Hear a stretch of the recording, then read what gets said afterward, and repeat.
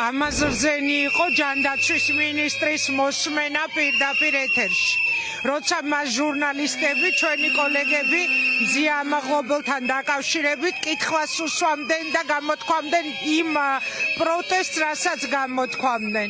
ისეთი სამარცხვინო იყო, ვიჯექი ტელევიზორთან ვუყურებდი და შოკი დამემართა, რომ ჯანდაცვის მინისტრი იმის ნაცვლად, რომ საუბრობდეს ჟურნალისტზე პოლიტიკურ ტყვეზე, რომელიც მე-16 დღეა შიმშილობს, აქეთ ჟურნალისტებს ძველი ბიჭივით, ქუჩის ბიჭივით ურჩევდა საქმეს.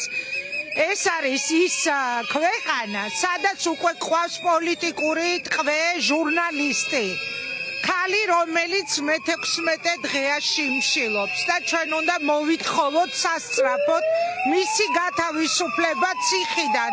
პასუხისმგებელი მზიას ჯანმრთელობაზე არის, რა თქმა უნდა, ივანიშვილი და მისი პარტია.